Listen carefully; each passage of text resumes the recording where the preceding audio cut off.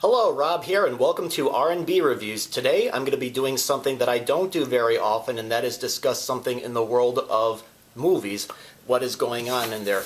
And no, I'm not talking about Emma Watson and Tom Felton getting together, no. I'm going to be talking something that broke a couple days ago, and it involves Spider-Man and the Marvel Cinematic Universe.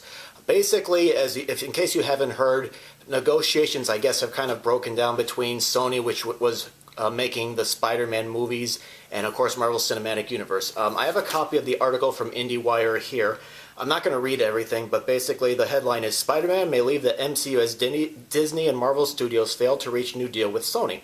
Tom Holland's web-slinger has appeared in 3 ensemble MCU films, we know that, in addition to Spider-Man Homecoming and Far From Home. So I guess in the beginning, I guess what Disney/Marvel wanted was they wanted to do a 50-50 co-financing going forward involving the Spider-Man character. Basically, the 2 Spider-Man movies, Homecoming and Far From Home, Disney/Marvel took a smaller percentage of the profits of those 2 movies. They were given 5% of the first dollar gross in exchange for Sony allowing Marvel to use the character in Captain America Civil War and Avengers Infinity War and Endgame. So Disney wanted to renegotiate the deal so it could be 50-50, but I guess from what I've been reading, Sony has not made a counter, and it's suggesting that they're not really interested in renegotiation, so it's possible that Spider-Man may not be appearing in the MCU going forward. I talked to a few people about this. I talked to Justin, who appears on my channel from time to time, Justin from Dust Production, huge Marvel fan, and he says he believes that they're going to go back to the renegotiation table. I personally feel that, it's possible, but I think, honestly, Marvel has enough characters to play around with where if they don't have Spider-Man, they got other characters. I mean, if you look at the slate for the Phase 4 films, I mean, they got some returning characters and they got some new characters like the Eternals and a few other ones.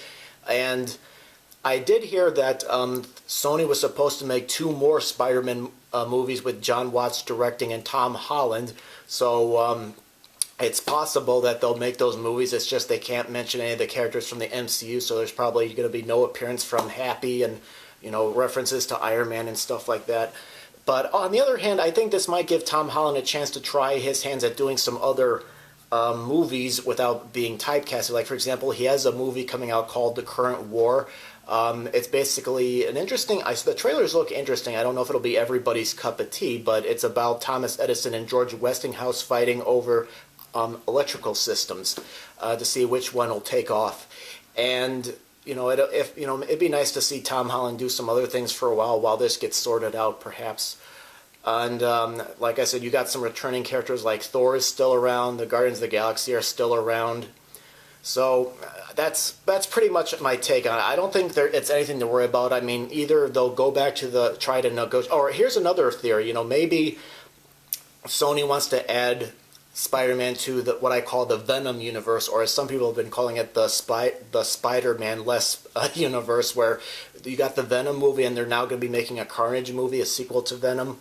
I heard that Kraven's supposed to get his own movie, Kraven the Hunter, and they're going to resurrect the Sinister Six, which was supposed to be part of the Andrew Garfield's Amazing Spider-Man series, but that obviously didn't happen.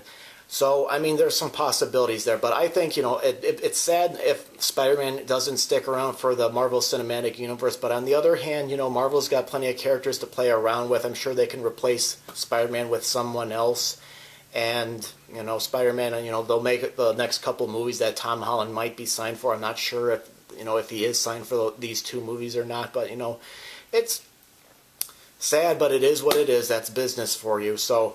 What is your take on this? I mean, do you think Sony and Marvel will get back to the negotiation table, or do you think this is it? How do you feel about the possibility of not having Spider-Man in the Marvel Cinematic Universe going forward? Go ahead and post your comments below, and come check out some other movies that I've reviewed. I'll have some new reviews coming out soon, I hope. And please hit the like button, and if you're interested, please consider being a subscriber. Thank you very much for watching.